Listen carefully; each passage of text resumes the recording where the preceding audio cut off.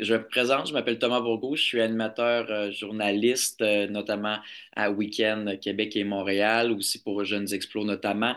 Très content d'animer les VTMT, les Viens tester mon travail, la série web et les webinaires comme Je m'oriente en live et branché sur mon avenir, qui est le dernier en fait de cette saison-ci aujourd'hui. Puis on termine ça en beauté finalement. On a encore un Je m'oriente en live demain. Mais pour les brancher sur mon avenir, on est là jusqu'à 13 heures aujourd'hui pour le dernier. Jeunes Explos, ceux et celles qui connaissent moins, c'est un organisme à but non lucratif avec un mandat qui est très, très noble, c'est-à-dire orienter les jeunes dans un choix de carrière, leur donner les outils nécessaires pour faire leur propre choix éclairé également et faire en sorte qu'on puisse s'épanouir dans une future carrière comme nos experts-expertes ont réussi à faire également. C'est pour ça qu'on veut profiter, on veut un peu piger dans leur cerveau, si on veut, dans le cadre de la semaine des transports. Merci à notre partenaire qui est le ministère des Transports et de la Mobilité durable. C'est très, très apprécié. Puis c'est grâce à nos partenaires, en fait, si on peut organiser des webinaires, organiser des événements comme aujourd'hui. Sans ça, ben, ça serait impossible. Et si c'était le cas, ben, ça serait quand même un peu plate de le faire sans nos partenaires. Si vous avez des questions pour nos experts-expertes, il n'y a pas de questions niaiseuses. Je vous invite à les écrire en dessous dans la boîte de commentaires. Moi, je fais le relais. Donc, n'hésitez pas, allez-y, on met ça en priorité. Et c'est en rediffusion aussi. On est là en direct jusqu'à 13 heures, mais sinon, ça va être sur YouTube notamment. Donc, peut-être l'envoyer à des amis ou des membres de la famille, des proches, bref, mais qui seraient intéressés, selon vous, à ce domaine-ci qui est le transport. Je vous présente nos experts. Sans plus tarder, Rebecca Bougie, technicienne des travaux publics. Merci beaucoup d'être là, Rebecca. Merci. On a Régent Dumont, mécanicien. Gros, gros merci, Régent, de votre présence. C'est très apprécié. Stéphane Racine, chef d'équipe de la régulation des vols. Gros, gros merci d'être là, Stéphane. Dernier, mais non le moindre, Thomas Quentin Fontaine, chef d'équipe en route et structure. Merci à vous quatre pour votre présence. J'aimerais commencer peut-être avec la seule dame du groupe, Rebecca. Pourquoi, pour vous, personnellement, c'était important de participer à Brancher sur mon avenir, mais surtout venir parler aux jeunes directement? Ben, pour ma part, en fait, c'est important parce que je comprends les jeunes de ne pas savoir des fois où regarder, où s'orienter. Puis je pense que brancher sur mon avenir, justement, permet aux jeunes de découvrir des métiers qu'ils ne connaissent pas vraiment. Puis pour moi, ben, c'est important justement de les aider là-dedans parce que moi, j'ai trouvé ça difficile, donc je comprends que les jeunes peuvent trouver ça difficile aussi. Donc, je suis très contente d'être là. De partager pour rendre ça moins justement ardu pour des jeunes, on l'apprécie beaucoup. Thomas Quentin Fontaine, pourquoi pour vous personnellement, Thomas, c'était important de participer aujourd'hui? Ben, en fait, justement, un peu comme Mme Bougie vient de le dire, c'est pour donner plus tu sais, des idées aux jeunes. Puis on a l'opportunité à cette heure d'en apprendre plus sur plusieurs corps de métier. Fait que je pense que c'est important de les présenter.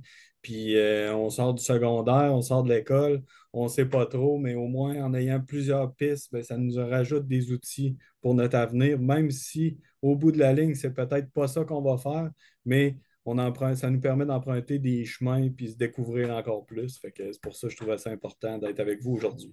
Des très bonnes raisons. Régent Dumont, j'imagine de votre côté, ça doit être le même son de cloche. C'est pour ça que vous venez parler aux jeunes avec Jeunes Explos. Oui, ben, c'est sûr, faire connaître mon métier, puis donner des directives un peu aux jeunes qui savent pas trop où c'est qu'ils s'en allent. Puis, fait que si on peut les aider un petit peu là-dedans, tant mieux. Et pour vous, Stéphane, dernier mais non le moindre, j'imagine que pour vous, c'est aussi le même son de cloche, mais pourquoi, je vous donne l'opportunité d'y répondre, c'était important pour vous de venir parler à brancher sur mon avenir avec Jeunes Explos?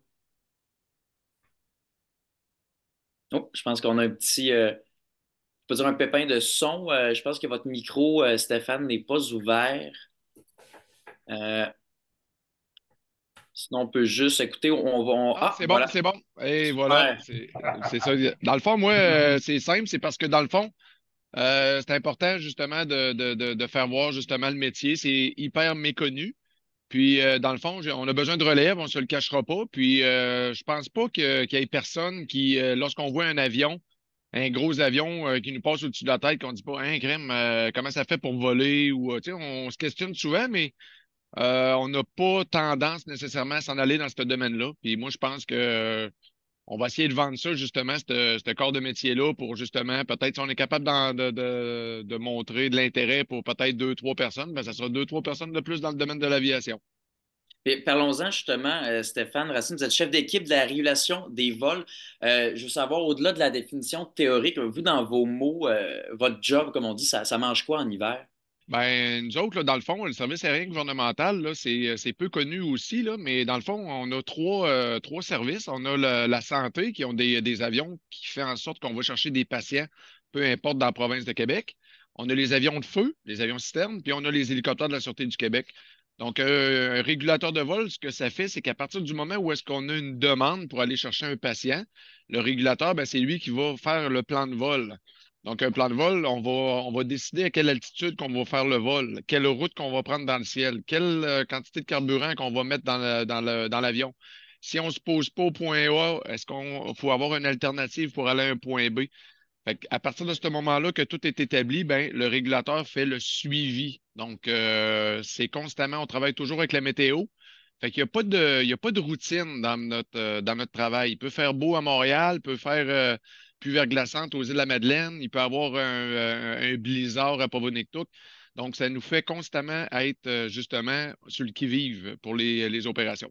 Sur le qui-vive, puis on est un peu dépendant de tout ça, puis j'imagine que c'est un facteur que vous devez prendre en compte tout le temps. De votre côté, Régent Dumont, vous êtes mécanicien. Je pense qu'on a une idée de ça fait quoi un mécanicien, mais je pense qu'il y a plein de facettes de votre métier, Régent, qu'on ne connaît pas. Genre, dans vos mots, ça fait quoi un mécanicien, puis surtout votre job de mécanicien plus précisément? Ben, c'est sûr que le job de mécanicien au ministère des Transports est un peu différent que dans le privé. Dans le privé, tu vas souvent travailler sur les mêmes véhicules. Tandis que le ministère des Transports, tu peux le matin travailler sur un gros camion de déneigement, puis l'après-midi travailler sur un tracteur à pelouse ou vice-versa. Fait que c'est jamais la même chose. Fait que c'est complètement différent de la job normale d'un mécanicien, on va dire.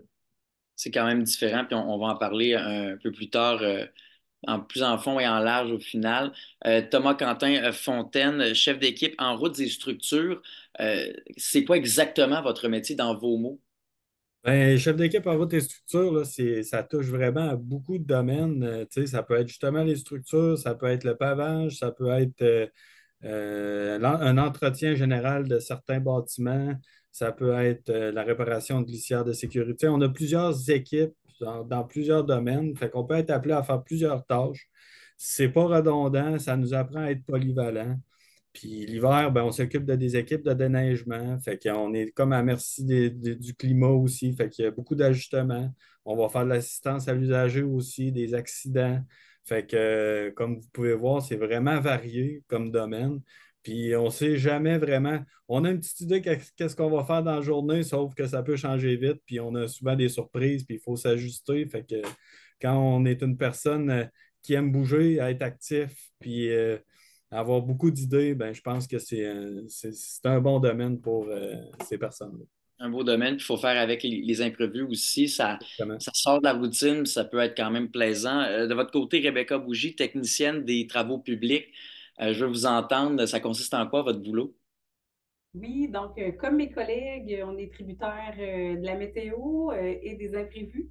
Euh, Dans le fond, moi, en tant que technicienne, ce que je fais, je supervise des équipes de travail, de réparation de structures étant des ponts.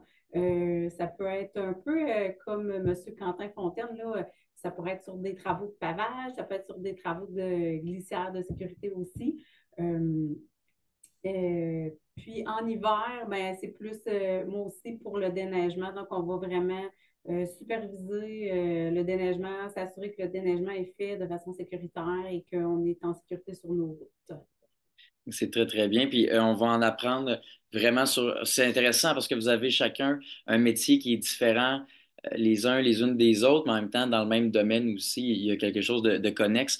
J'aimerais savoir peut-être encore avec vous, Rebecca, peut-être qu'une journée typique, c'est trop niché, mais on va dire une semaine typique dans votre domaine et en l'occurrence dans votre job, comme on dit, ressemble à quoi? Oui, moi, mon travail est très. Je touche un peu à tout. Donc, j'ai une partie de mon travail qui est du bureau. En tant que technicienne, c'est sûr que mes journées commencent toujours par mes courriels, planifier ma journée, justement, si j'ai à me déplacer, voir une équipe de travail, exemple, justement sur un pont, on va réparer un pont. Donc, je planifie toujours ma journée en commençant avec du clérical, donc on fait du bureau un petit peu. Ensuite, c'est ça. Donc, je vais me déplacer, je vais voir des équipes de réparation. Donc, s'ils ont besoin d'aide technique, des méthodes de travail, des choses comme ça, je m'assure que tout va bien. Ensuite, des fois, je reviens au bureau aussi. Tu sais, je peux partir toute ma journée ou toute ma semaine sur la route. Des fois, je vais passer ma semaine au bureau. Ça varie vraiment beaucoup, en fait. Puis, mon doux, après ça, vite comme ça, qu'est-ce que je fais dans ma semaine? Je vais travailler des fois en équipe avec d'autres gens à planification de travail. Donc, on va lire des plans, on va sortir des plans, on va planifier nos travails. On peut faire aussi même de la location de machinerie qu'on n'a pas au ministère, qu'on a besoin, des pelles mécaniques, des choses comme ça. Donc, quand même, c'est une semaine qui est assez chargée, mais avec des tâches variées aussi. Il y a de la gestion notamment. C'est assez intéressant. Thomas, je ne sais pas si ça ressemble beaucoup à Rebecca de votre côté, mais pour vous, une journée ou une semaine typique dans votre boulot ressemble à quoi? Ben, c'est en fait, comme je vous disais, on a beaucoup d'imprévus, mais on a quand même une base de travaux à accomplir, que ce soit sur la route. Ben, moi, dans mon cas, c'est plus au pont La Porte. Fait que des fois, je vais assister pour faire des inspections d'ascenseurs, parce qu'il y a deux ascenseurs dedans, ou je vais aller faire moi-même une petite inspection visuelle du pont, comme j'ai fait cette semaine. Puis au travers de ça, le matin, on rentre, puis notre chef d'opération nous annonce qu'on a une urgence à telle place. Il y a une grosse érosion dans l'accotement, fait qu'il faudrait commencer par là. Fait que là, on change un peu notre fusil d'épaule, puis on s'en va sur le terrain. Moi, dans mon cas, ben, c'est beaucoup de terrain. Fait que réparation, entretien de structure, puis je fais un petit peu d'entretien général aussi au travers. Fait que c'est ça. J'ai quand même une base de fonction, mais comme je vous dis, ça bouge beaucoup, là. Tu sais, souvent, on finit à 5 heures, puis il nous reste des petites choses qu'on aurait dû faire normalement dans notre journée, mais à cause des imprévus, là, oups, on change notre fusil d'épaule assez vite. Vous êtes dans l'action aussi, ça rend le tout quand même concret, puis ça sort de la routine, puis on peut aller sur le terrain, c'est intéressant. Régent, en tant que mécanicien, j'imagine que vous êtes dans l'action aussi quand même, dans le geste, dans tout ce qui est manuel, mais plus encore, une semaine, racontez-nous, ça ressemble à quoi dans votre métier? Ben, c'est sûr que nous autres, on a un outil de travail, un logiciel qu'on appelle le guide TI. Ça, c'est le logiciel qu'on va tout faire nos bons de travail, nos bons de commande.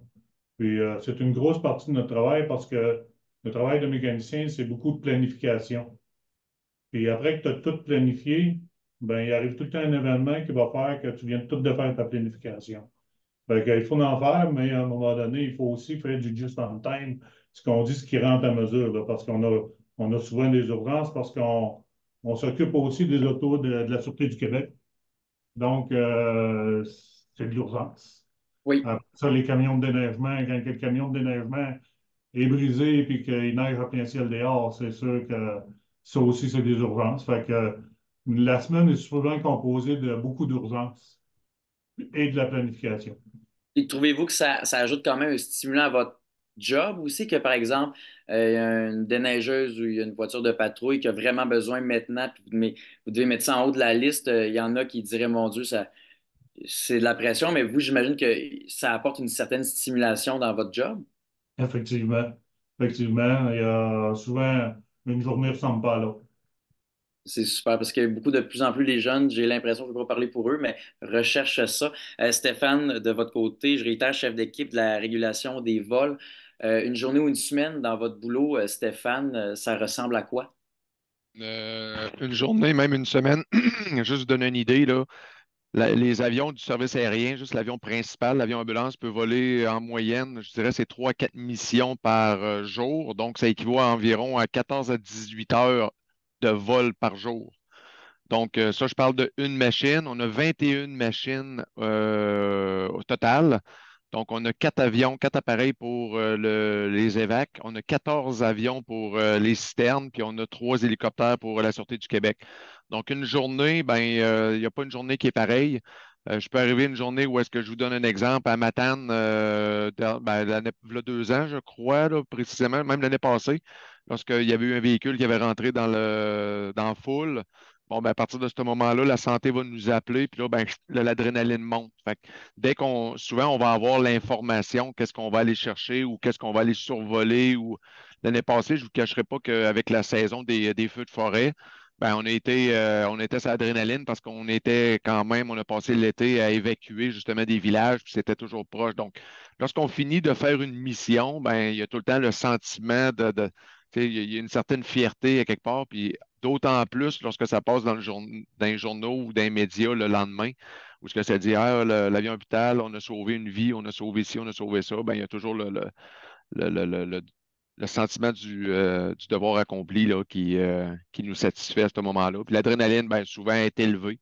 Lorsque la santé nous mentionne, ben, si on peut pas aller le chercher ou si on ne trouve pas de possibilité d'aller le chercher, ben, le patient peut décéder, il va perdre sa main, il va perdre ci, il va perdre ça. Donc, on est toujours hop, au travail.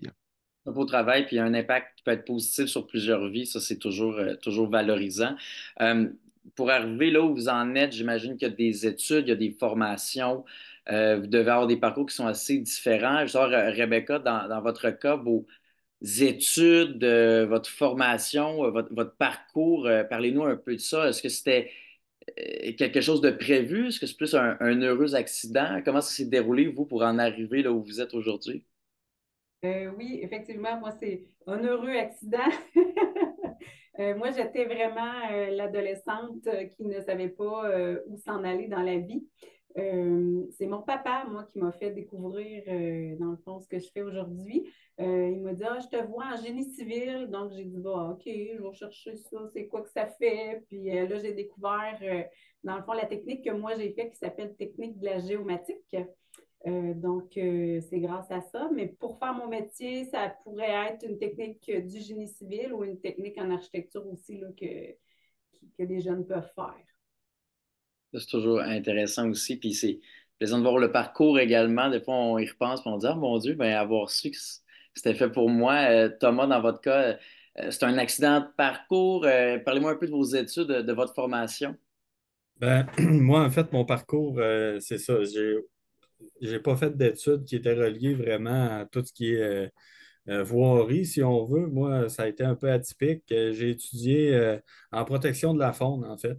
Fait que j'ai eu des jobs rattachés à mon domaine. J'ai travaillé pour le parc La Rivière-Saint-Charles à Québec. J'ai été chargé de projet là pendant plusieurs années.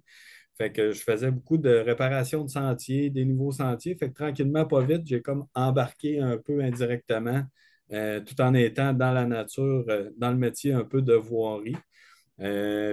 Finalement, j'ai appliqué sur un poste au ministère des Transports. Je suis arrivé ici comme ouvrier, puis tranquillement, pas vite, je pense qu'ils ont vu un potentiel, puis ça m'intéressait vraiment beaucoup. Je m'impliquais. Fait que tranquillement, pas vite, mon cheminement a fait que je suis rendu chef d'équipe, puis je suis bien content. Je suis bien à l'endroit que je suis.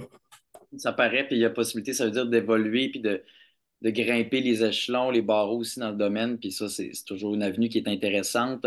Régent, de votre côté, les études ou la formation pour devenir mécanicien, ça, c'est un domaine qui est loin de ce que je fais.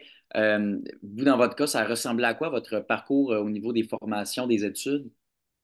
Moi, j'ai une formation en mécanique automobile. Puis, je n'ai pas resté dans le domaine. J'ai été 22 ans dans les moulins à scie, qui est complètement différent. Quoique je faisais quand même de la mécanique, mais plus de la mécanique de machine fixe. J'ai quand même fait un peu de mécanique pour m'occuper des machineries de la cour du moulin à scie. Puis, ensuite de ça, j'ai été travailler pour un contracteur forestier. Puis, j'avais pas beaucoup de notions dans le lourd, je l'ai appris tout le tas. Puis, pour apprendre dans un contracteur forestier, c'est doublement, triplement difficile parce que c'est du gros travail. Fait que tu apprends beaucoup très rapidement. Ce qui m'a amené au ministère. Donc, tous les chemins mènent à Rome, tous les chemins Ouais. mènent au ministère dans ce cas-ci. Stéphane, de votre côté, pour en arriver là, qui est quand même quelque chose d'assez technique, votre métier quand même, il y a beaucoup de paramètres, j'imagine qu'il y a beaucoup de données. Au niveau des études, votre formation, le tout ressemble à quoi dans votre cas précisément? Oui, moi, tout d'abord, c'est pas un accident que je sois dans le domaine de l'aviation. J'étais jeune, puis je le savais que j'allais travailler dans le domaine de l'aviation. J'étais quand même un passionné de l'aviation. Puis, je le savais assez tôt dans mon choix de carrière. J'ai su que le cours de régulateur de vol se donnait au Centre de formation de transport de Charlebourg. Alors, je suis allé suivre cette formation-là en 1988 et puis depuis 88 que je suis dans le domaine de l'aviation. Mais je tiens juste à rassurer que c'est pas nécessairement, faut pas nécessairement être un passionné de l'aviation étant jeune, si on veut, parce que j'ai des employés actuellement qui ont découvert cette formation-là à gauche et à droite, si on veut. Puis c'est des excellents employés. Puis par la force des choses, ben, ils deviennent des passionnés du travail. Donc, c'est un peu ça. C'est intéressant aussi, parce on n'est pas obligé d'avoir la piqûre déjà en partant. On peut développer aussi un goût, puis apprendre là-dedans aussi. Puis c'est intéressant parce que souvent on pense qu'il faut déjà être né dans la potion magique puis avoir un intérêt là, viscéral, mais on peut en développer un aussi. On peut essayer, puis si c'est pas fait pour nous, ben c'est pas du temps perdu, c'est pas plus grave que ça. Là, j'aimerais savoir. Au niveau des conditions, au niveau des horaires, peut-être en commençant par Rebecca, encore une fois, dans votre cas, les conditions, sans aller dans le salaire précisément, là, pas une question indiscrète, vous pouvez élaborer si vous voulez, mais au niveau de vos conditions de travail, de l'horaire, est-ce que c'est quelque chose de très classique, 9 à 5? Est-ce qu'on peut travailler les fins de semaine? Dans votre cas, conditions horaires, faites-nous un portrait global. Ben, pour nous, en fait, pour moi, l'horaire classique sur papier, je dirais, est vraiment un horaire classique, donc c'est un horaire comme de bureau, je dirais. Euh, euh, L'avantage, c'est que j'ai ce qu'on appelle un horaire variable. Donc, j'ai des plages horaires dans les journées que je dois être présente au travail. Par exemple, de 9h30 à 11h30, je n'ai pas le choix, je dois être au travail. Et de 14h à 3h à 15h30, je dois être présente aussi. Puis, je peux commencer plus tôt. Comme hier matin, j'ai commencé à 7h, mais ce matin, j'ai commencé à 8h30. Donc, ça, ça c'est l'avantage. Mais ça, c'est comme l'horaire classique typique, mais parfois, on peut être appelé à avoir des moments où est-ce qu'on doit travailler la nuit ou la fin de semaine. C'est pas régulier. Ça va être vraiment pour des urgences. Je vous donne un exemple. L'hiver, avec les tempêtes de neige, des fois, les routes, ben, ils sont pas sont dangereuses, donc on doit fermer des routes. Puis ben, les tempêtes de neige, ben, c'est pas de 8 à 5, hein, c'est pas donc, C'est donc beaucoup ça, de surtemps. ouais, c'est ça. Ça arrive qu'on doit travailler la nuit pour fermer les routes pour que les gens, dans le fond, pour s'assurer que les gens restent chez eux en sécurité. Ça pourrait être pour des inondations aussi le même principe, on doit fermer les routes. Donc, même chose, ça peut être la nuit, le week-end, mais c'est pas sur base régulière, c'est vraiment ça peut arriver sporadiquement. Cet hiver, on a été chanceux. Moi, dans mon secteur, on n'a pas vraiment fermé de route. Donc, je n'ai pas travaillé de nuit cet hiver, mais il y a des années où est-ce que j'ai fait beaucoup, beaucoup de nuits. Mais ça arrive comme ça. Fait que j'ai comme un horaire typique, mais qui peut varier. J'ai la chance, c'est ça, d'avoir l'horaire variable. Ça, c'est vraiment merveilleux. Au ministère des Transports, on a ça. Puis ça me permet vraiment d'avoir un travail, puis d'être présente pour ma famille. Puis c'est vraiment important pour moi. Là, fait que ça, c'est vraiment un bel avantage qu'on a ici au ministère. Là. Donc, c'est génial. C'est vraiment le fun. Une stabilité, mais on peut sortir de la routine classique de travail. C'est un peu le meilleur des deux mondes. Thomas, je ne sais pas pour vous si c'est un peu la même chose. Vous, vos conditions, vos horaires, premièrement, êtes-vous satisfait personnellement? Puis deuxièmement, si oui, pourquoi? Ça ressemble à quoi? Ben, moi, personnellement, oui, je suis satisfait. Mes horaires, ça ressemble.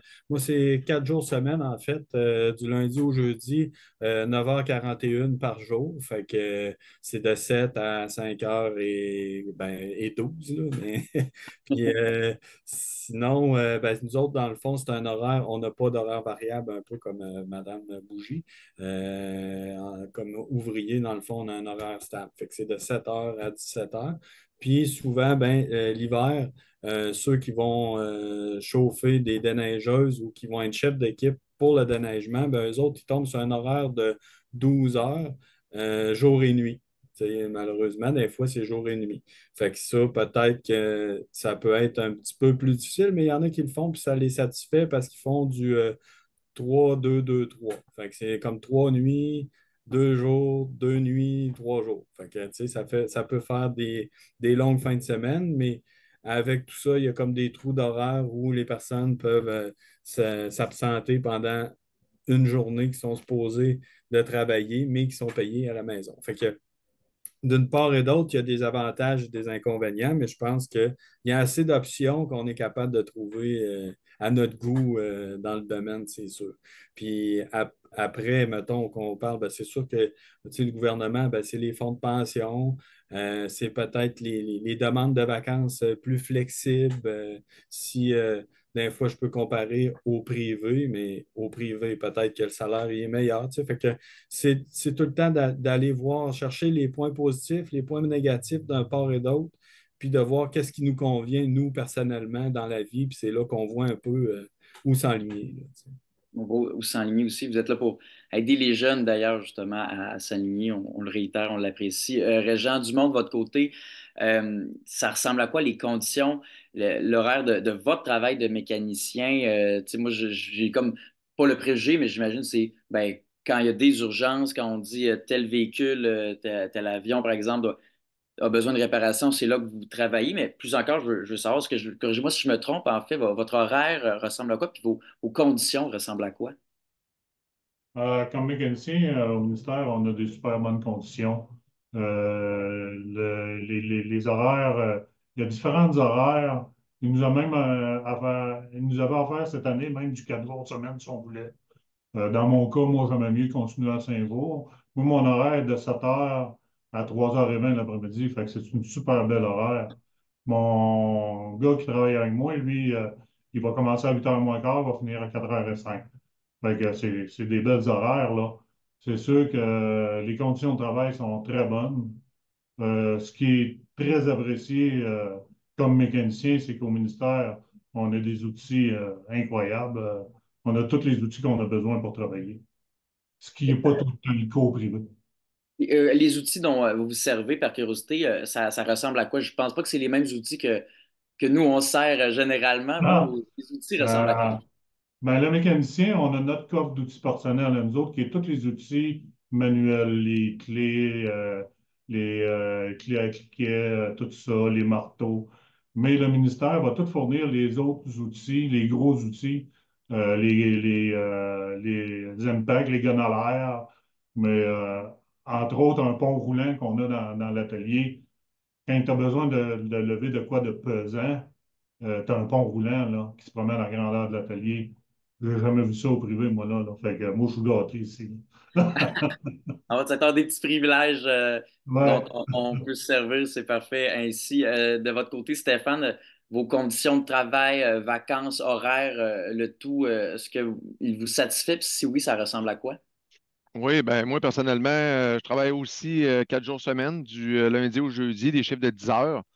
Je suis content de mon horaire, mais j'aimerais également parler plus au niveau étant donné que les jeunes explorateurs vont commencer au début, commenceront assurément pas avec une cédule comme ça. Première des choses, la régulation des vols, ben, c'est ouvert 24 heures sur 24, 365 jours par année. Donc, il n'y a pas de, il y a pas de, il y a pas d'horaire. Ben, il y a un horaire, là, mais l'horaire consiste à des quarts de travail de 12h30. Ils travaillent 12 chiffres par mois avec un 15 jours off à tous les 42 jours. Donc, ils roulent ça c'est l'équivalent de 8 cédules et demie. Donc, si on cumule le nombre de journées congés versus le nombre de journées au travail, ça donne un petit peu plus que 6 mois de journées au travail. Sauf que c'est des 12h30. Fait que l'horaire fait en sorte qu'on a des conditions, des très bonnes conditions. Puis, on est satisfait, là, on est satisfait de l'horaire, on est satisfait des conditions de travail également. Puis, on est quand même, au fil des années, on a développé une expertise que personne n'a au Québec. Alors, c'est ce qui fait en sorte que ça nous valorise puis qu'on est fiers d'être au service aérien.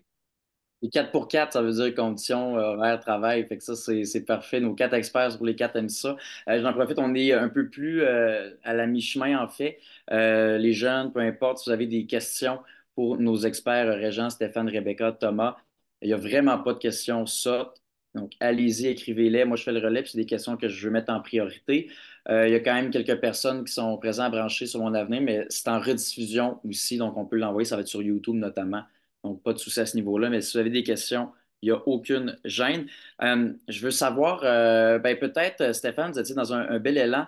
Je veux savoir le moment où vous avez su que c'était ça que vous vouliez faire dans la vie. Vous avez parlé de votre enfance et que vous aimiez ça jouer avec, tu sais, il y avait un intérêt déjà, mais le moment, premièrement, où vous avez pensé aller là-dedans, c'était quoi ce moment-là? Puis le moment qui vous a confirmé, une fois que vous aviez les deux pieds dans la piscine, que c'était fait pour vous, c'était quoi ce moment éclaireur-là?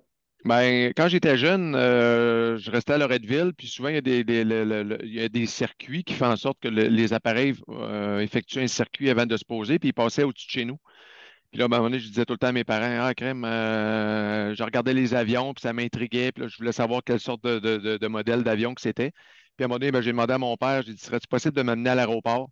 Fait que c'est ce qu'il a fait, il m'a amené, puis là, quand je suis arrivé à l'aéroport, j'ai regardé ça, puis là, j'ai regardé les avions, hein, c'était gros, tu sais, il y avait les différentes compagnies, Air Canada, tout ça. Puis à un moment donné, ben, vers l'âge de 12 ans à peu près, j'ai commencé justement à faire Loretteville jusqu'à l'aéroport. Puis là, j'allais chercher les pamphlets avec les horaires des appareils à tous les jours. Mettons, Air Canada se posait avec le 727. Fait que ce que je faisais, c'est que je le faisais en vélo, je descendais, je passais mes journées là. Puis à partir de ce moment-là, ben, quand je suis arrivé à la formation, tu sais, des fois, c'est important de le dire. Tu sais, il y en a peut-être à l'école, moi vous l'avouer bien en toute honnêteté, j'étais pas un gars qui pétait des 80 puis des 90. J'étais un gars qui, on va dire, les matières de base, là, c'était pas mal, je dirais, ça a fait ce qu'on va dire.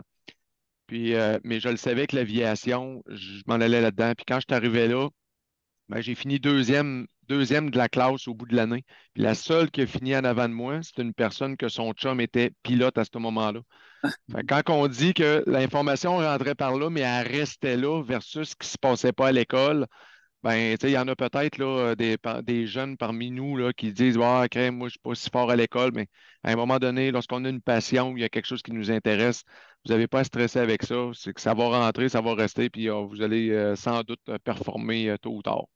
Oui. C'est un travail qui en est pas un finalement, ça devient plus une passion ou un plaisir d'aller travailler. Régent, de votre côté, le moment où vous avez su, ou pensiez du moins que mécanicien, ça vous tentait, puis le moment où vous avez eu la réponse que c'était fait pour vous, que vous aimiez ça du moins, c'était quoi ces moments-là?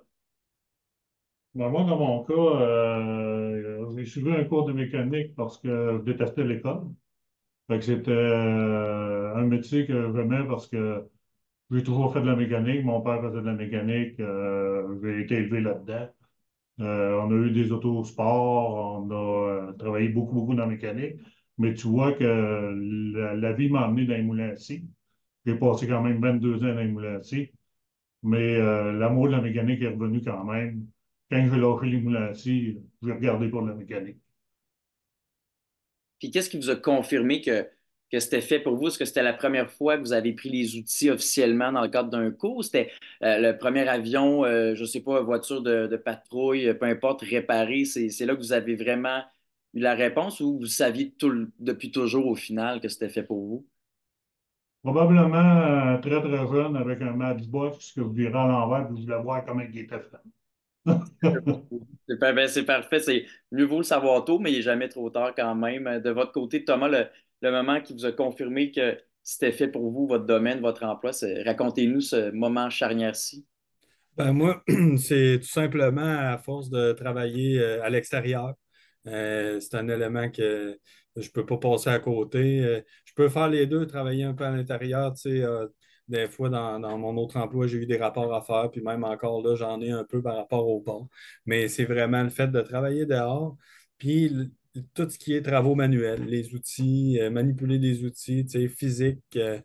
Le travail physique m'intéresse, puis pour devenir chef d'équipe, ben, il faut que tu aimes le monde autour de toi un peu. Puis moi, ben, je suis un gars vraiment social. Je suis un gars qui se considère quand même humain, puis qui aime beaucoup travailler en équipe. Moi, passer une journée seul à travailler avec mon camion, puis m'en aller faire, exemple, des relevés ou peu importe la tâche.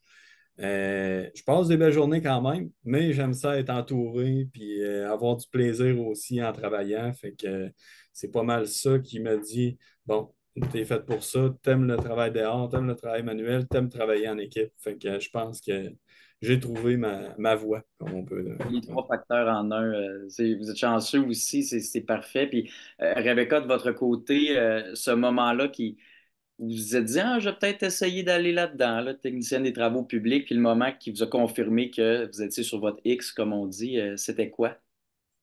Ben, moi, comme j'ai dit tout à l'heure, pour choisir mes études, là, ça a vraiment pris mon papa qui m'a enlignée, je vais dire ça comme ça. Puis le moment que je me suis dit que j'étais vraiment faite pour ça, ça a été vraiment long. Moi, j'aime faire plein de choses différentes. Donc, tu sais, je faisais mon travail en me disant, bah, j'aime mon travail, mais c'est vraiment le summum, là, tu sais, c'est vraiment ça. Je dirais que c'est dans les dernières années, en fait, parce qu'en tant que technicienne, aujourd'hui, je fais des tâches que quand j'ai commencé, c'était des tâches différentes. Dans les 6 dernières années, là, c'est ça, j'ai un poste où est-ce que je m'occupe justement des équipes et tout. Puis c'est vraiment là que je me suis rendu compte, hey, ouais, je tripe vraiment parce que un peu comme Thomas, je travaille en équipe, je peux partager, on s'entraide entre nous. Puis une tâche que je n'ai pas pensé vous parler tout à l'heure, mais parfois j'anime des rencontres, j'anime des formations. Puis ça, ben, j'aime vraiment ça aussi. Fait que, ça aussi, ça m'a permis de faire la première rencontre que j'ai animée, j'avais une cinquantaine de personnes en avant de moi, puis j'étais vraiment pas sûre que j'allais aimer ça. Ça m'a vraiment fait un déclic. Un coup, ça a été terminé. Je me ah, j'ai vraiment aimé ça. Puis c'est ça. C'est vraiment les dernières années là, que ça a confirmé que pour moi, que j'étais au bon endroit, que j'aimais vraiment mon travail finalement, puis que j'avais bien choisi. Puis une multitude de tâches variées aussi, donner, ben, pas des conférences, mais des formations, des ateliers également. C'était pas sur votre plan, votre liste nécessairement, puis maintenant, ça en fait partie, puis c'est une bonne chose, vous êtes contente de ça. Moi, j'aimerais savoir, puis la question s'adresse vraiment à vous quatre, à qui veut répondre en premier. Tu sais, chaque métier, chaque domaine a pas nécessairement des préjugés, mais toujours des mythes ou des idées préconçues. Ça peut être sur, je sais pas, le domaine des transports. On pense que c'est vague, on sait pas trop transport, on parle de quoi. Votre domaine, je sais pas, par exemple, régent mécanicien, il doit y avoir des. On se demande comme, ben, mécanicien, ça doit faire ça, puis des fois, vous dites, ah, c'est pas exactement ça. Moi, je veux savoir, puis c'est à qui veut répondre en premier vraiment, mais c'est quoi les mythes, les espèces d'idées préconçues qu'on a vis-à-vis de votre domaine et votre métier en l'occurrence? Moi, je pourrais peut-être commencer. Moi, dans le fond, je dirais que 90% du temps, lorsque je dis que je suis régulateur de vol, le monde pense qu'on est contrôleur aérien. Puis il y a une grosse différence, là, même le monde, là, je vous dis, le 90%, là, c'est même minime de vous dire ça. Mais juste pour vous donner une idée, un contrôleur aérien, c'est dans une tour de contrôle. Puis ce que ça fait, c'est que ça contrôle le trafic aérien dans une zone de 5 à 10 milles nautiques de la tour, de l'aéroport. Ça, c'est un contrôleur aérien. Mais un répartiteur aérien, toutes les compagnies aériennes ont tous le répartiteur aérien, que ce soit Air Transat, Air Canada, nous, Air Inuit, nommez-la toutes, ils ont tous le régulateur de vol. Fait que le régulateur de vol travaille vraiment pour sa propre compagnie, puis c'est lui qui fait vraiment la coordination et la planification de chaque envolée. Fait que ça, c'est super important là, de vraiment, il y a vraiment une différence entre les deux. Puis de votre côté, Régent, Rebecca, Thomas, je ne sais pas qui veut commencer, peu importe, mais c'est quoi les idées préconçues, les espèces de mythes qu'on doit déconstruire justement de votre côté, vous dites, ouais, non, c'est pas vraiment ça que je fais, puis vous rectifiez le tir, est-ce qu'il y en a? Oui, ben moi, pour ma part, il y avait beaucoup le mythe féminin et masculin, évidemment. Quand j'ai fait mes études, même pendant mes études, il y avait même des bourses pour les femmes. Il y avait vraiment un accent pour montrer aux femmes qui pouvaient faire ce métier-là. Quand je suis arrivée à mon travail, il n'y avait pas beaucoup de femmes non plus. Puis aujourd'hui, ben là, c'est assez rééquilibré, là, en fait. Là, donc, il y a presque autant de femmes que d'hommes, je dirais. Donc, ça, c'est un gros. Souvent, les jeunes filles vont se dire, ben non, c'est comme traditionnellement garçon, un peu comme sûrement M. Dumont, là, tu sais, mécanicienne. Il y en a, mais il n'y en a pas beaucoup. Mais tu sais, les filles n'avaient pas peur d'aller voir au-delà, tu sais, de justement des métiers qui sont traditionnellement masculins ou féminins pour les garçons, là, tu sais, je veux dire, dans les deux sens. Euh, Puis moi aussi, là, tu sais, au ministère des Transports, les gens, des fois, ils mélangent un peu nos tâches et notre domaine dans le fond de travail, là. Euh, Moi, je me suis déjà fait dire, vous donnez des permis de conduire ou mais on ne donne pas des permis de conduire ou les gens ne sont pas tout à fait sûrs là, de ce qu'on fait. Donc, c'est un peu c'est méconnu, je pense, les tâches qu'on fait beaucoup. Puis le domaine où s'applique notre travail, dans le fond, c'est ça le déneigement, c'est pas tout le monde qui sait que c'est nous qui s'occupons de ça ou de réparer des glisseurs de sécurité, des choses comme ça. Fait que c'est un peu méconnu nos tâches, effectivement. Puis, Rebecca, si on parle encore juste un peu de mixité, de parité, pas besoin d'avoir des chiffres, là, je veux juste savoir dans ce que vous voyez autour de vous, est-ce que vous pensez qu'il y a de plus en plus de femmes dans le domaine des transports au ministère, par exemple? Est-ce que c'est assez 50-50?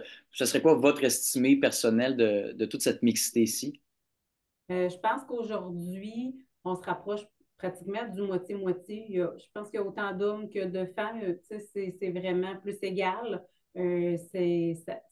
Ça a évolué vraiment dans le temps. Tu sais, dans la formation aussi, là, quand j'ai eu ma formation, il y avait un peu plus de garçons que de filles. Quand j'ai commencé à travailler aussi, là, j'étais la seule, en fait. J'étais la première comme technicienne dans mon bureau. Il y avait eu des étudiantes qui aujourd'hui sont techniciennes aussi avec moi. Mais là, je pense aujourd'hui, on frôle presque plus de femmes que d'hommes finalement dans le bureau en tant que technicien. C'est presque moitié-moitié, mais c'est ça se ressemble beaucoup. Les chiffres, c'est ça. Je dirais environ 50-50. 50-50, une belle parité, c'est toujours bien. Votre côté, Régent Thomas, je ne sais pas s'il y a des mythes justement ou des idées préconçues dans votre domaine. Est-ce qu'il y en a, vous trouvez, ou en général, non, les gens cernent assez bien c'est quoi votre job? Nous autres, les mécaniciens, la division qui s'occupe de la mécanique au ministère des Transports s'appelle le Centre de gestion de l'équipement roulant. Fait que je me suis souvent fait demander si je réparais des chaises roulantes. Ah oui, Ouais. la réponse Les autres est n'ont non, pas j'imagine. rapport. Mais la gestion des équipements roulants, ça comprend tous les équipements roulants. Ça. Même que maintenant, avec ce qu'ils sont en train de faire au sévère, c'est qu'ils sont en train d'incorporer tout le parc gouvernemental. On va même avoir des équipements non roulants, des bateaux, exemple. Fait que c'est vraiment l'équipement roulant, là, c'est très, très large, là. L'équipement Sinon, point. des mythes en tant que mécanicien, non, il n'y a pas vraiment de mythes. Mais pour revenir avec ce que Rebecca disait, c'est sûr que dans la mécanique, il n'y a pas beaucoup de femmes. Puis pourtant, la mécanique a changé beaucoup, surtout dans le léger. Il y a beaucoup, beaucoup de diagnostics. Il y a de plus en plus de femmes, puis les femmes que je connais qui ont été dans le domaine sont excellentes.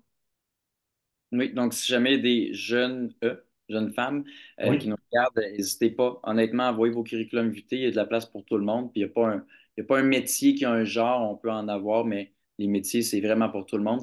Thomas, de votre côté, est-ce qu'il y a des mythes, est-ce qu'il y a des idées préconçues vis-à-vis de votre métier ou en général, les gens savent de quoi c'est? Ben, en fait, en général, les gens savent parce qu'ils nous voient sur le bord du chemin travailler. Sauf que, oui, il peut y avoir des images ou des mythes que ça fait longtemps que ça roule dans la tête des personnes, des gens. Tu sais, on est à l'extérieur, on est sur le bord des routes, fait qu'on est à la vue de tout le monde. Fait que, tu sais, oui, le mythe que les gens de la voirie, souvent, est à côté sur le pelle, les outils, puis ils regardaient le même trou, puis il se passait rien. Ben oui, tu sais, ce mythe-là, moins, mais oui, il est encore là. Puis même moi, quand j'ai commencé à travailler ici pour le ministère, je me disais pas ça, mais je connaissais le mythe, tu sais. Puis c'est en travaillant que tu découvres que finalement, c'est pas ça pantoute. Tu sais, tu peux pas juger quelqu'un dans son environnement de travail juste en passant en voiture à côté, puis pour Mais ça que c'est pas. Thomas, tu t'es déjà fait dire, toi, tu travailles au ministère? Ah Ah oui, le ouais, ministère, ouais. c'est ça. C'est ça, ben, c'est exactement ça. Tu sais, on voit un peu Les mythes sont là. les mythes sont là, puis, mais à quelque part, je pense que dans chaque métier, il y en a. Il peut y avoir du jugement, mais il faut passer. Quand on aime notre métier, on passe au travers de ça, puis ça finit qu'on n'y pense plus. Puis, Ben, moi, je pense que c'est à nous autres de les défaire, ces mythes-là. c'est ça. Fait que, tu Oui. sais, tranquillement, pas vite, on Ouais. s'enligne, on les défait, puis peut-être que ça a déjà été vrai avant, mais quand on fait notre travail, peu importe le domaine qu'on est, ben après ça, tranquillement, pas vite, le monde peut changer d'idée, puis Oui, puis il y a des mythes, des préjugés sur tous les domaines, tous les métiers.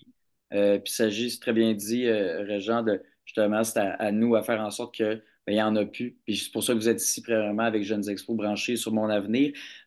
Puis parlons-en justement de ce qui vous rend fier, les quatre, de travailler, oui, au ministère dans le domaine des transports, mais votre emploi précisément. Peut-être en y allant avec Stéphane, je veux savoir, c'est qu'est-ce qui fait en sorte que quand vous revenez le soir, parce qu'on peut tous et toutes avoir des mauvaises journées, puis on est des fois, ben oui, on est comme un peu tanné, ça veut pas dire qu'on n'aime pas notre travail, c'est normal, c'est la nature humaine, mais qu'est-ce qui vous, Stéphane, fait en sorte que vous vous sentez valorisé de votre travail, vous revenez le soir, puis même si des fois vous êtes brûlé comme tout le monde, vous dites, je suis fier de moi, je suis fier de ce que j'ai fait, puis j'ai hâte de revenir la semaine prochaine. Tu sais, c'est quoi qui vous sent valorisé? Ben, moi, c'est pas compliqué. C'est à chaque fois qu'une mission est effectuée, ben ça me rend fier parce que mon équipe a réalisé justement la mission avec on a rendu le patient où on a éteint un feu, où on a sauvé quelqu'un justement avec un hélico. Ça peut être n'importe quoi, recherche et sauvetage, n'importe quoi. Fait que moi, c'est dès qu'une mission est effectuée, ben ça me rend fier que mon équipe y ait participé. Puis, bon, vous avouez bien honnêtement, quand je vous dis que je suis passionné, le lundi, j'ai tout le temps hâte d'arriver. Même si je pars le jeudi, ben, je suis content de revenir le lundi. J'ai une super de bonne équipe et on a un bon climat de travail. Puis, c'est ce qui fait en sorte on est tous comme ça, on est tous fiers. Ce travail d'équipe aussi, la fierté, on peut se la partager. Thomas, de votre côté, qu'est-ce qui fait en sorte que vous vous sentez valorisé dans votre domaine et en l'occurrence votre travail à vous? ben, en fait, c'est d'avoir le sentiment des tâches accomplies à la fin de ma journée. Je sais que j'ai bien travaillé, je sais que j'ai fait ce que j'avais à faire. Puis c'est sûr que oui, répondre à des urgences sur la route, ça amène une fierté comme de quoi que oui, on a assisté l'usager, on a assisté quelqu'un en détresse, ou on a justement accompli les travaux sur la route nécessaires avant qu'il arrive quelque chose. Fait que c'est un peu de prévoir, mettons, pas nécessairement les accidents, mais prévoir, en réparant les choses, c'est prévoir ce qui pourrait arriver de plus grave. Là, tu sais. Bon. De réparer des choses, Régent, mécanicien, qu'est-ce qui fait en sorte que vous vous sentez fier de votre travail, que vous vous sentez valorisé quand vous revenez chez vous le soir? Qu'est-ce qui vous fait sentir ainsi? Ah, c'est sûr que nous autres, assez souvent, on va travailler dans l'urgence. Quand un camion de déneigement est brisé, qu'ils n'ont besoin, puis tu viens à bout de le réparer, puis le redonner rapidement. Ou ça peut être un véhicule de police, ça peut être, peu importe, tu as le sentiment que tu as apporté quelque chose pour avoir amélioré la sécurité des usagers. Très bien dit. Rebecca, dans votre cas, qu'est-ce qui vous rend fier? Qu'est-ce qui vous valorise dans votre métier, votre travail? Un peu dans le même sens que mes collègues. Donc, quand j'ai aidé un collègue dans ma journée, puis qu'on a réussi à régler un problème X, moi, je suis tout le temps contente d'aider les autres. Même chose là, pour le déneigement, ben, c'est un exemple, là, mais le déneigement, on a le sentiment que les gens sont en sécurité quand c'est bien fait, donc on est content, on est fiers de ça, ça nous valorise. Là, on se dit, ah, Fiu, fait une chance qu'on était là aujourd'hui. On a évité peut-être des accidents, justement. Donc, on mène à bien un projet aussi. Là, donc, ça me satisfait beaucoup. Même chose, là, ça, quand j'anime des rencontres aussi, là, je suis contente. Ah, crème, ça s'est super bien passé. On a eu un bon partage d'idées. On avance. Donc, c'est souvent en lien avec, je dirais, mes collègues, justement, travailler en équipe, ben, c'est super le fun, puis c'est super valorisant, justement. Tout le monde peut mettre son petit grain de sel, tout le monde partage, puis on est content, justement, de réussir en équipe. C'est tout le temps le fun. C'est tout le temps plaisant, vraiment. Puis, je veux savoir, pour rendre le tout plaisant, pour être heureux, heureuse dans son domaine, ça prend des qualités, ça prend des caractéristiques, des traits de personnalité. Pas nécessairement qu'il faut détenir tout de suite. Là, on développe pour une éternité, là, vraiment. Mais je veux savoir, c'est quoi les qualités, peut-être en commençant justement par vous, Rebecca, les qualités que vous recommandez, vous conseillez aux jeunes de développer. Donc, pas nécessairement d'avoir là, mais pour être bien dans le domaine des transports, pour être bien en tant que technicien des travaux publics, c'est quelle qualité que vous recommandez, vous conseillez de développer, de mettre de l'avant? Oui, ben, ça suit un peu ce que je suis en train de dire, là. Donc, la communication, c'est sûr qu'il faut que tu aimes communiquer, il faut que tu aies un côté social qui est développé. Dans le fond, on travaille en équipe, là. Donc, c'est sûr et certain que ça prend ça. Dans des choses qui sont peut-être à apprendre ou peut-être que tu l'as déjà ou ça se peut se développer. Avoir à travailler à l'extérieur comme à l'intérieur, là, des fois il pleut, ben c'est pas le fun, mais c'est le fun d'être dehors. Moi, je suis un peu comme ça, tu sais. Ah, il neige, il fait froid, ouais, mais avec une tuque, des gants, bien habillés, c'est le fun, on est dehors, on profite de la nature. Donc, ça, c'est un petit côté. C'est sûr que si, c'est ça, soit ça peut se développer, soit tu l'as, en fait. Puis, être capable de vivre un peu avec l'imprévisible et un petit peu le stress, ça vient un peu ensemble. C'est sûr que c'est ça. Mais, ben, les autres personnes qui sont là aussi aujourd'hui, là, Thomas, Régent et Stéphane aussi, même chose, là, on vit avec des imprévus. C'est ça, notre travail fait partie de ça. Donc, il faut être capable, faut avoir la capacité là, d'être capable de gérer ça, que des fois, il y a des choses qui tombent sur la tomate puis que c'était pas prévu. Fait que ça te cause un peu de stress, un peu d'adrénaline, mais il faut que tu aimes ça, dans le fond aussi. Ça peut se développer. Mais sinon, tu peux l'avoir aussi. Je pense que c'est un peu de ça qu'on a besoin. La gestion du stress est toujours important. Thomas, de votre côté, j'imagine que c'est un peu la même chose, mais je veux vous entendre. Et les qualités que vous conseillez de développer, ce seraient lesquelles et pourquoi? Ben, première qualité, je pense, c'est la polyvalence. Fait que c'est de se donner le droit d'être intéressé à tout, d'aimer les défis, hein, pour réaliser une multitude de tâches, être ouvert aux conseils de nos plus vieux, hein, d'être ouvert à apprendre. Fait que comme ça, on devient plus polyvalent. Puis, bien sûr, être social puis aimer le monde parce qu'on travaille toujours en équipe. Fait que je pense qu'avec ça, d'avoir quelqu'un qui va adorer le métier que je fais. Aide d'équipe, très important. Régent, de votre côté, les qualités que vous conseillez aux jeunes de développer pour être heureux, heureuses comme mécanicien ou mécanicienne, ce serait lesquelles? Moi, comme mes collègues, beaucoup la polyvalence, bien entendu, surtout au ministère parce que tu vas travailler toutes sortes d'équipements. Puis le travail d'équipe est très, très important parce que on travaille avec tout le monde du ministère aussi, autant les camionneurs que les chefs d'équipe, que les ouvriers. Fait que, il faut que tu développes un travail d'équipe, c'est sûr. Développer le travail d'équipe. Stéphane, vous, j'imagine que le travail d'équipe, mais les qualités que vous conseillez aux jeunes de pousser, de mettre de l'avant pour être heureux dans votre domaine, c'est lesquelles et pourquoi? Ben, je dirais que le premier, c'est gérer la pression et le stress, assurément. Veut pas, lorsqu'on a un avion en vol, ça roule à 650 km/h, un imprévu arrive rapidement. D'être attentif, d'être proactif, développer là, le côté social puis la communication. Des fois, tu sais, tu mentionnes quelque chose, il faut vraiment, dans le domaine de l'aviation, c'est précis. Les vents, si on dit que c'est 270 à 7 nœuds, ben, c'est pas à 10 nœuds. Un altimètre, ben, lorsqu'on donne un chiffre, ben, une erreur, ça peut être 100 pieds ou 1000 pieds. Fait que c'est vraiment la précision, il faut vraiment être précis dans nos communications. Ici, c'est très, très important, effectivement.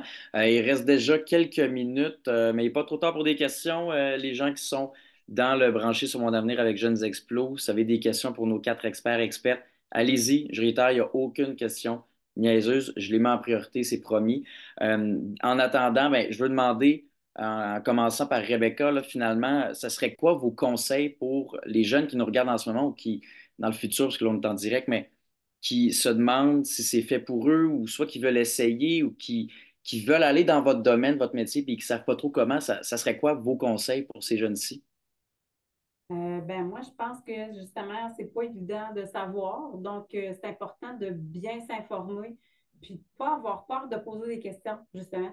Des activités comme on a présentement, là, c'est merveilleux, justement, parce qu'on peut poser des questions. On parle à du vrai monde, là, dans le fond, pas juste à se fier à ce que tu entends dire ou pousser tes recherches, t'informer, pas avoir peur de peut-être aller l'essayer, peut-être poser des questions, puis dire je peux-tu aller voir une journée, ça ressemble à quoi?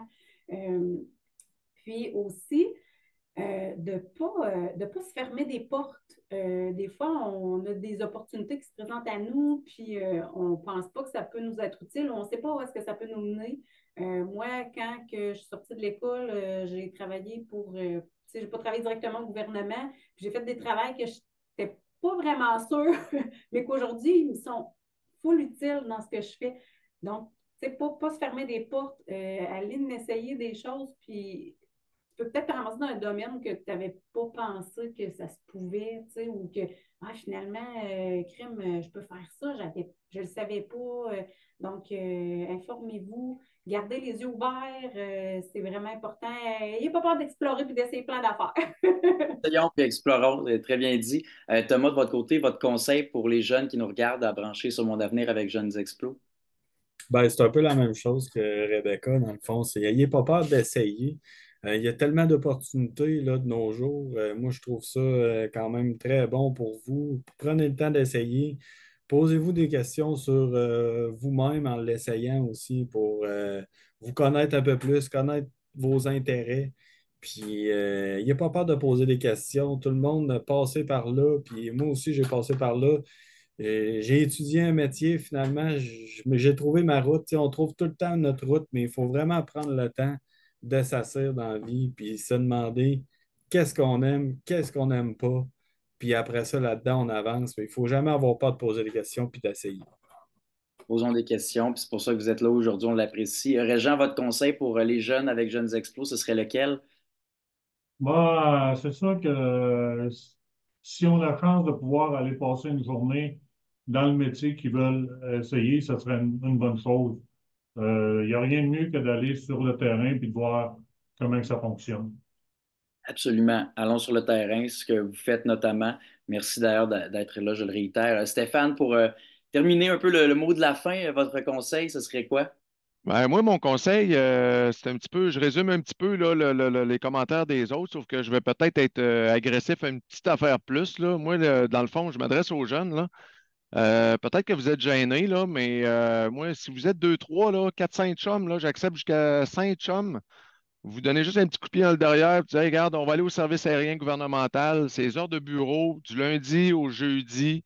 Mon nom, c'est Stéphane Racine. Vous vous présentez là, vous dites, regarde, moi, j'ai vu ton reportage, puis ça m'intéresse de voir qu'est-ce que ça fait un régulateur de vol. Comme je vous dis, j'accepte jusqu'à 5 personnes du lundi au jeudi. Puis à la limite, je suis prêt à donner mes coordonnées. Puis c'est sûr et certain, il y a plusieurs emplois au service aérien, là. Moi, je vais vous montrer mon travail de régulateur, mais il y a des pilotes chez nous, il y a des techniciens, tu sais, il y a plusieurs corps de métier. Alors, donnez-vous un petit coup de pied dans le derrière, là, puis venez nous voir, il n'y a pas de gêne. Comme on l'a mentionné tantôt, il n'y a pas de mauvaises questions, il n'y a pas de sous-questions. Venez voir à quoi ça ressemble d'un avion de proche, puis je suis convaincu que sur 5, il y en a un qui va pogner à piqûre, puis possiblement que je vais le croiser éventuellement dans le domaine. Ça, c'est une offre quand même en or sur la table. Ça n'arrive pas tout le temps. Fait qu'on en profite jusqu'à 5 personnes. Allez-y, service aérien gouvernemental. Ben, merci beaucoup, Cinq Stéphane. personnes, 5 personnes de la shot, mais ça ne me dérange pas. S'il y en a 20, là, 4 groupes de 5, ça ne me dérange pas. C'est Je suis lundi au willing. jeudi en plus, fait que ça peut rentrer dans toute une semaine. Ça, c'est parfait. Exactement.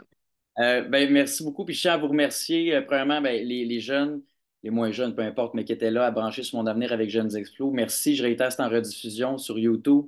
Puis je veux dire un gros, gros merci à nos experts, expertes. Rebecca Bougie, technicienne de travaux publics. Merci beaucoup, Rebecca.